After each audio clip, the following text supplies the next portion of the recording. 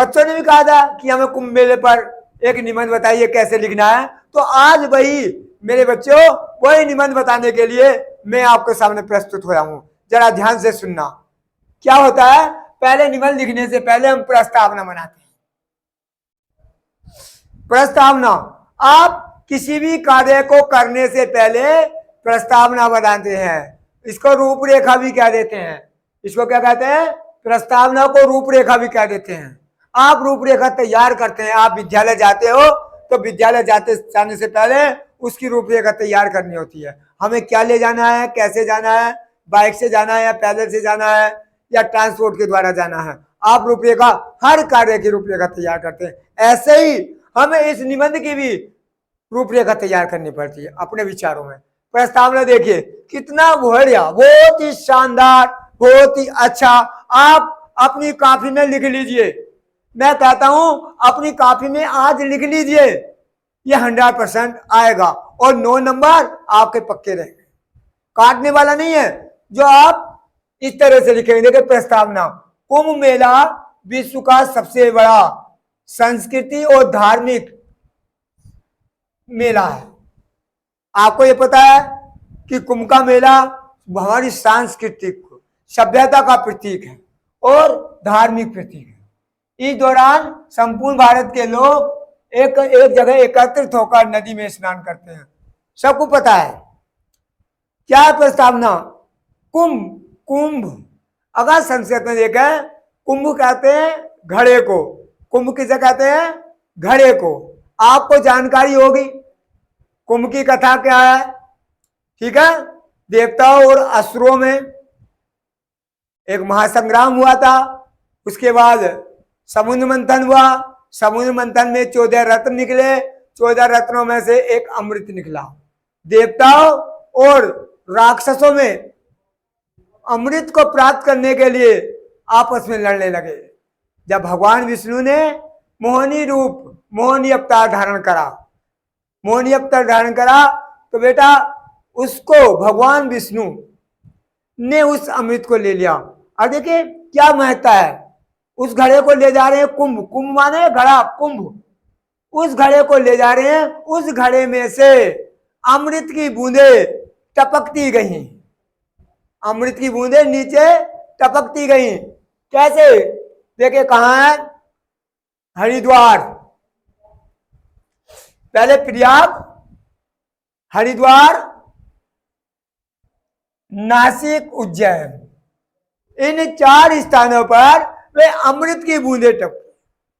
आप महत्व पढ़ लेना, कुंभ का महत्व पढ़ लेना। कोई इतना बड़ा कुंभ का मेला नहीं है। आप तो प्रस्तावना बनाना। फिर क्या कुंभ मेला क्या है, इसको देखिए। कुंभ विश्व का सबसे बड़ा त्योहार है, विश्व का, जो हर 12 साल में 4 पवित्र स्थानों पर। कहां है? कौन से 4 पवित्र स्थान है? प्रयागराज, हरिद्वार, नासिक और उज्जैन। ये 4 महत्वपूर्ण स्थान है जहां हमारा कुंभ का मेला लगता है। कुंभ मेले का प्रभाव, कुंभ मेले का व्यक्ति और समाज पर महत्वपूर्ण प्रभाव पड़ता है। यह आध्यात्मिक विकास को बढ़ावा देता है, भारतीय संस्कृति को बढ़ावा देता है और लोगों को एकजुट करता है। आर्थिक रूप से भी यह त्योहार रोजगार पैदा करता है और पर्यटन को बढ़ावा देता है। आपने देखा होगा आर्थिक रूप से, अभी तो बीता है, फरवरी मार्च में समाप्त हुआ है। कितने लोग अपनी दुकान ले गए, किसी ने कुछ बेचा, किसी ने कुछ बेचा और बहुत लोगों ने बहुत पैसा कमाया। अपने देश ने भी और लोगों को भी बहुत पैसा मिला। ये आर्थिक स्थिति से भी प्रयाग मेला, कुंभ मेला हमारे देश में प्रसिद्ध है। सबको रोजगार को पैदा करता है, रोजगार मिला है सबको।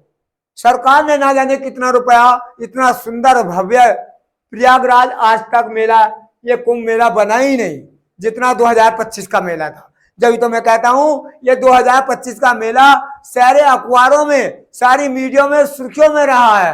इसलिए मैं भी आपसे कहता हूं बेटा, ये मेला आपके प्रश्न पत्र में भी रहेगा।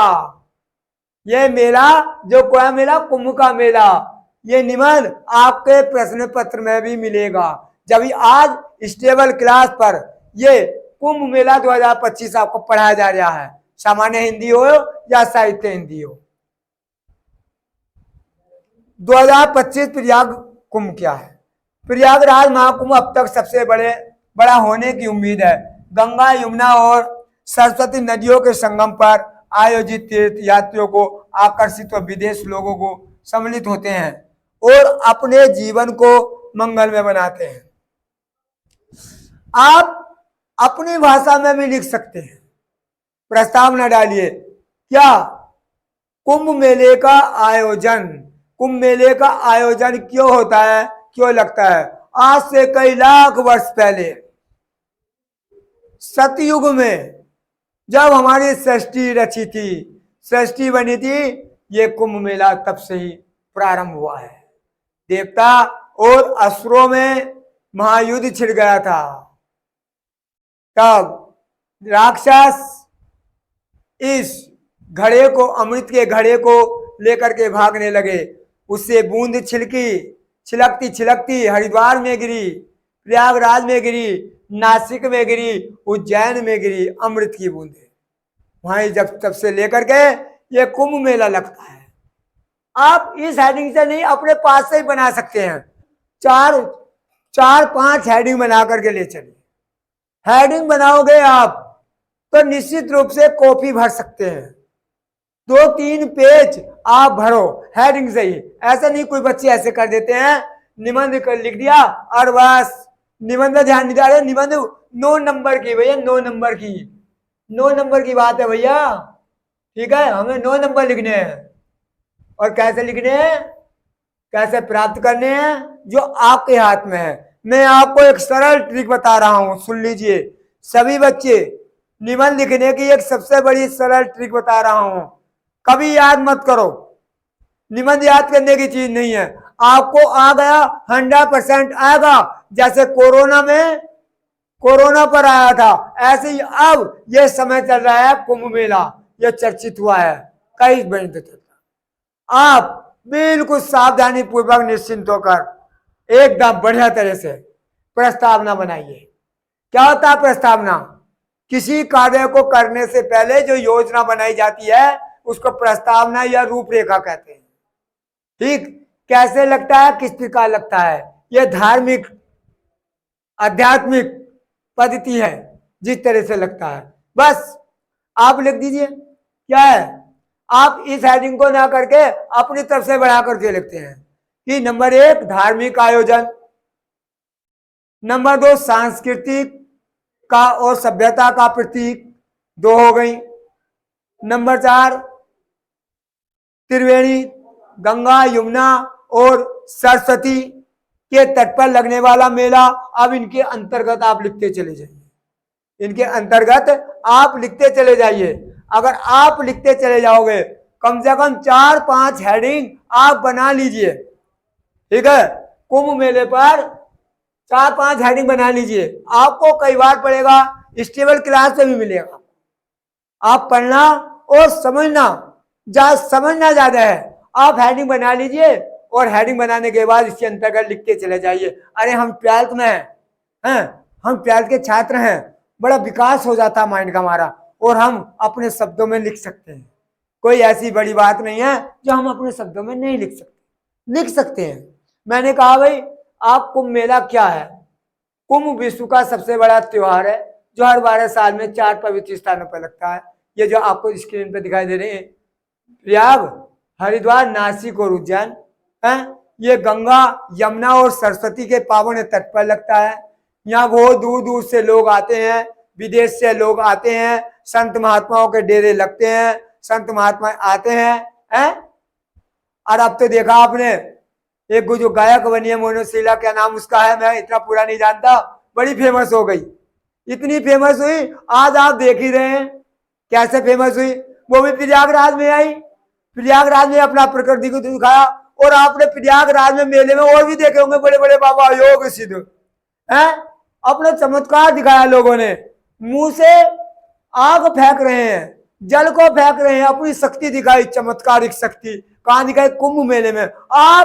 आपने टीवी पर, मेरे बेटा आप गए भी होंगे, कुछ बच्चे ऐसे भी हैं जो कुंभ मेले गए होंगे।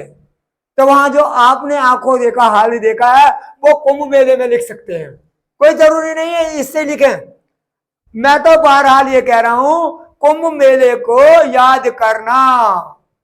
आप कहोगे कि स्टेबल क्लास वालों ने सबसे पहले दे दिया था ये, आज सत्य बताया था कि ये 100% आएगा। आपको जब ही पता लगेगा और आप बताना हाँ सर आप कह रहे थे। दूसरी बात, अगर ये नहीं आया, एक परसेंट बता रहा, अगर नहीं आया तो एक और टाइप से आता है, मेले का आंखों देखा हाल। मेले का आंखों देखा हाल, किसी मेले का, आप कुंभ मेले का लिख दीजिए, आप कुंभ मेले का लिख दीजिए, आपको 100% सफलता मिलेगी।